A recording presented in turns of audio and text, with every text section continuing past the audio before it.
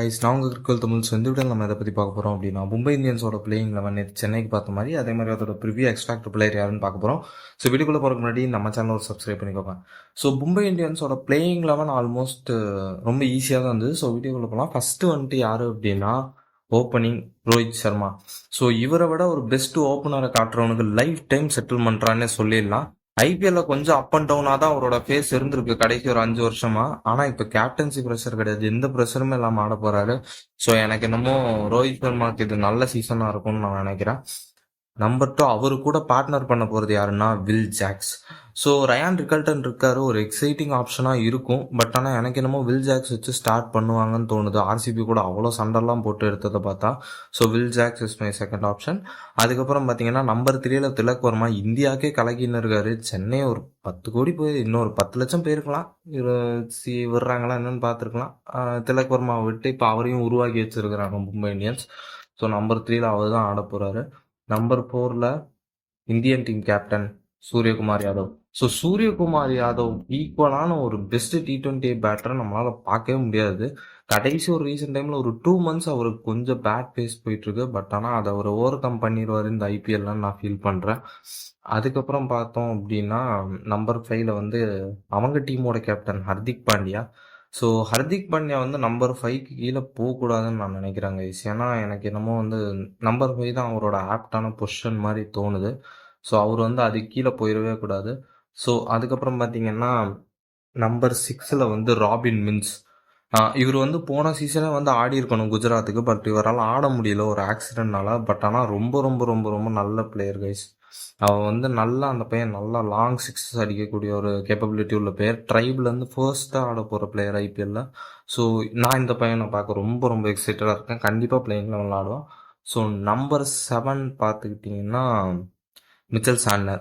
So இவர் வந்து வேற எந்த டீம்ல இருந்தாலும் கண்டிப்பாகவே பிளேயிங் லெவலில் இருந்திருப்பாரு. சிஎஸ்கேல இவ்வளோ வருஷம் இருந்தனால தான் அவருக்கு பிளேயிங் லெவன் கிடைக்கல. ஸோ மும்பை வந்து அவரை ஃப்ரண்ட் லைன் ஸ்பின்னராக எடுத்திருக்காங்க. அவர் தான் ஃபர்ஸ்ட் ஸ்பின்னர். ஸோ அவர் கண்டிப்பாக 11ல் ஆடுவார். நல்ல ஆல்ரவுண்டர், ரொம்ப ரொம்ப அண்டர் ரேட்டடான ஒரு ஆல்ரவுண்டர். அதுக்கப்புறம் அவங்க வந்து முஜிபுர் ரஹ்மான் ஆடுவாங்க. ஆக்சுவலாக இது அல்லாஹ் ஹசன் பாரோட ஸ்பாட். ஸோ அவர் இல்லை, முஜிப் ஆடுவார். முஜிப்க்கு இது வரைக்கும் ரொம்ப ஒரு லோவான IPL தான் இருந்தது கடைசி 2 இயர்ஸில். பட் இந்த IPL நல்லா இருக்கும்னு நம்புவோம். அதுக்கப்புறம் பார்த்தீங்க அப்படின்னா நம்பர் 9 வந்துட்டு Trent Boult. So Trent Boult வந்து இவங்க வந்து எடுத்து இவ்வளோ காசு செலவு பண்ணி அவங்களோட பவுலிங் யூனிட் தான் அவங்க செதுக்கி வச்சிருக்காங்கன்னு சொல்லணும், ஃபாஸ்ட் பவுலிங் யூனிட்டை. இதை விட ஒரு ஃபாஸ்ட் பவுலிங் யூனிட்டை வந்து எவனாலையும் உருவாக்கவே முடியாது. ஏன்னா ட்ரெண்ட் போல்ட்டே வந்து பயங்கரமான பிளேயர். இப்போ நம்பர் 10 பார்க்கலாம், தீபக் சகர். ஆஹா, ட்ரெண்ட் போல்ட் ஒரு சைடுனா தீபக் சகர் ஒரு side. In swinger, out swinger, out swinger, in swinger. Ball எங்க ஸ்விங் ஆகுதுன்னே தெரியாது. எல்லா திசையிலும் ஸ்விங் பண்ணிட்டு இருப்பாங்க வந்து பவர் பிளேல. ஸோ கடைசியாக தான் வந்து சேர்ந்தார் வினய்க்குன்ற மாதிரி. கடைசி player of the MI squad வந்து யாரு அப்படின்னா ஜஸ்பிரீத் சிங் பும்ரா. ஃபர்ஸ்ட் ஃபியூ மேட்சஸ்க்கு ஜஸ்பிரீத் சிங் பும்ரா இல்லை. பட் ஆனால் அவர் வந்தார் அப்படின்னா என்ன நடக்கும்னு நமக்கு தெரியும் கைஸ். அவரோட வேல்யூ என்னன்னு எல்லாருக்குமே தெரியும். அவர் தான் IPLோட ஒரு சீப் கோட். ஸோ அவரை வச்சுட்டு ஒரு டீம் வந்து கஷ்டப்படுங்கிறதெல்லாம் எனக்கு வந்து ரொம்ப ரொம்ப ரொம்ப ரொம்ப அரிதான ஒரு விஷயம். பட் ஆனால் அவங்களோட காம்பினேஷன்னால கொஞ்சம் கடைசி 2 வருஷம் அடி வாங்கினா. ஆனால் எனக்கு என்ன பயம்னா இப்போவும் அதே காம்பினேஷன் அவங்க அடி வாங்குவாங்கன்னு தோணுது. ஸோ அது பின்னாடி பார்க்கலாம். இப்போ இம்பாக்ட் சப் யாரு அப்படின்னா ஒன்று நமந்தீர், இல்லாட்டினா அவங்க வந்து கரண் சர்மா ஆடலாம். இல்லை ஒரு ஃபாஸ்ட் பவுலிங் ஆல்ரவுண்டர் மாதிரி இது எதிர்பார்க்குறாங்க அப்படின்னா ராஜ் பாவா ஆடலாம். ஸோ எனக்கு தெரிஞ்ச இந்த 3 பேத்துக்குள்ளே தான் போகும். ஸோ இப்போ நம்ம வந்து ப்ரிவியூக்குள்ளே வரலாம். இவங்களோட வீக்னஸ் என்ன அப்படின்னு பார்த்தோன்னா, எனக்கு தெரிகிற ஒரே ஒரு வீக்னஸ், இவங்க பிளேயிங் லெவன் பற்றி நான் வரவே மாட்டேன். Extraordinary playing eleven. அதில் வீக்னஸ் வந்து உங்களால் புள்ளி வச்சு தேன்னா கூட கண்டுபிடிக்க முடியாது. இது ஒரு வீக்னஸ்ரா அப்படின்னு. ஆனால் இவங்களோட உண்மையான வீக்னஸ் எங்கே இருக்குன்னா பேக்கப். எப்பவுமே மும்பை எப்படின்னா ஒரு பிளேயருக்கு வந்து இன்ஜுரி இல்லைன்னாலும் வெளில போனால் உள்ள வர பிளேயர் வந்து அதோட பயங்கரமாக இருக்காங்க. ஆனால் இந்த வருஷம் பார்த்தா அந்த மாதிரி யாருமே இல்லை. எல்லாருமே young talents. So under 19 prove பண்ண டேலண்ட்ஸும் கிடையாது. ஸோ எப்படி பண்ணுவாங்கங்கிறதும் தெரியாது. இவங்க வந்து IPL இது வரைக்கும் பெருசாக ஷைன் ஆனதில்லை, விளாட்னதே இல்லை. அந்த மாதிரி பிளேயர்ஸ் தான் வச்சுருக்காங்க.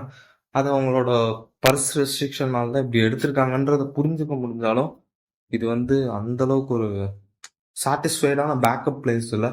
ஸோ ஏதாவது ஒரு இன்ஜுரி ஆகி காம்பினேஷன் மாற்றணும் அப்படின்னா அவங்க வந்து ரொம்ப கஷ்டப்படுவாங்க.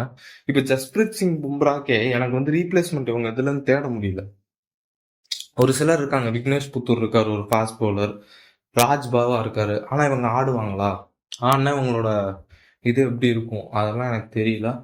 ஸோ பார்ப்போம். ஸோ இப்போ நம்ம எக்ஸ்ஃபேக்டர் பிளேயர்ஸ்க்கு போகலாம். என்னை பொறுத்த வரைக்கும் மும்பையோட எக்ஸ்ஃபேக்டர் பிளேயர் யார் அப்படின்னா பேட்டிங்கில் none other than Tilak Varma. So நான் வந்து ரொம்ப ரொம்ப யோசிச்சு சொல்ற ஒரு விஷயம் அது. திலக் வர்மா தான் அவங்களோட லீடிங் ரன் கெட்டரா இருப்பாருன்னு எனக்கு தோணுது. இது திலக் வர்மாவோட பெஸ்ட் ஐபிஎல் சீசனா இருக்கும். அடுத்து யாரு அப்படின்னா லாஸ்டா பவுலிங்ல யாரு அப்படின்னா வேற யாருங்க, ஜஸ்பிரீத் பும்ரா தான். அவர் 14 மேட்ச் ஆடினாரு அப்படின்னா அவரு தான் அவங்களோட எக்ஸ்பேக்ட். வேற யாரையுமே என்னால பவுலிங்ல சூஸே பண்ண முடியல. அந்த ஒரு மனுஷன் மட்டும்தான் எக்ஸ்பேக்ட் எங்க போனாலும். ஸோ இந்த வீடியோ பிடிச்சிருந்தா நம்ம சேனலை சப்ஸ்கிரைப் பண்ணிக்கோங்க. நெக்ஸ்ட் ஆர்சிபி ஃபேன்ஸ் உங்களுக்கான வீடியோ வந்துட்டு இருக்கு.